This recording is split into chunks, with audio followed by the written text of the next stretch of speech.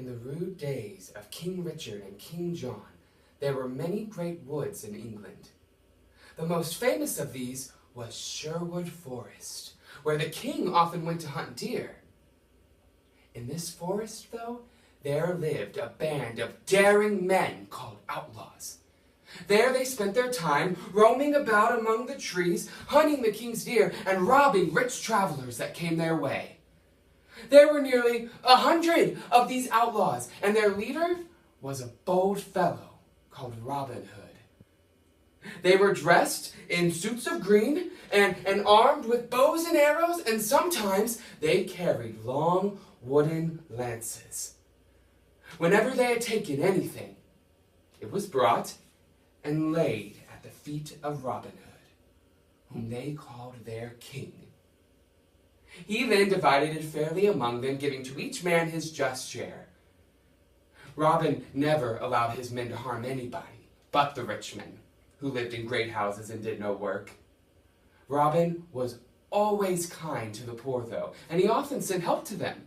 And for that reason, the common people looked upon Robin Hood as their friend. So Mother was right. Boy, why are you crying? What's your name?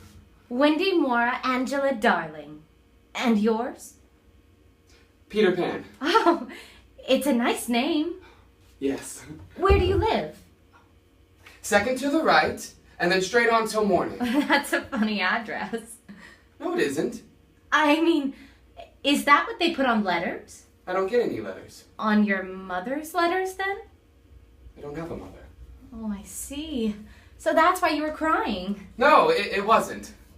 Don't come any closer. Why? No one must ever touch me. Why not? I don't know.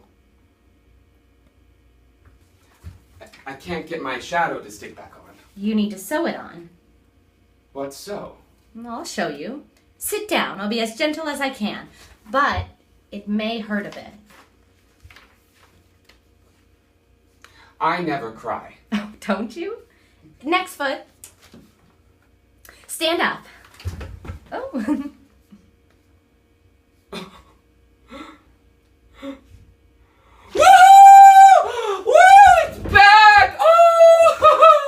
Cleverness of me!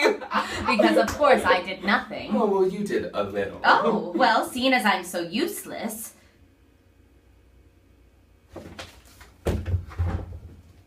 Wendy, Yes? I can't help celebrating when I'm pleased with myself. You know, one girl is worth 20 boys. You think so? Oh, yes. That's terribly sweet of you. Yes. Perhaps I won't go to bed after all. I think instead I shall give you a kiss. What's a kiss? You don't know what a kiss is? I don't know if you give one to me. Right. Here.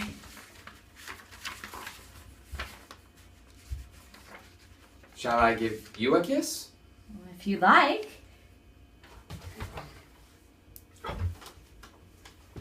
Here. Oh, thank you. I'll wear it around my neck. How old are you? That's not the normal thing to ask a lady. I'm quite young. I ran away soon after I was born. Why? Well, I heard Mother and Father talking one night about what they wanted me to be when I grew up. And I wanted always to have fun. So I ran away to Kensington Gardens and lived there a long time with the fairies. You know fairies? Oh, yes. But they're all nearly dead now. You see, Wendy, when a baby laughs for the first time, that laugh breaks into 1,000 pieces that all go skipping about. That's how fairies are born. There ought to be one fairy for every single girl and boy. Isn't there? Oh, no. Children know such a lot now. Soon they don't believe in fairies, and every time a child says that they don't believe, somewhere in the world one drops down. Dead. Don't say it! What? That you don't believe in them. I wasn't going to. Don't be silly. Of course I believe in fairies. I was just going to say I don't believe I've ever met one.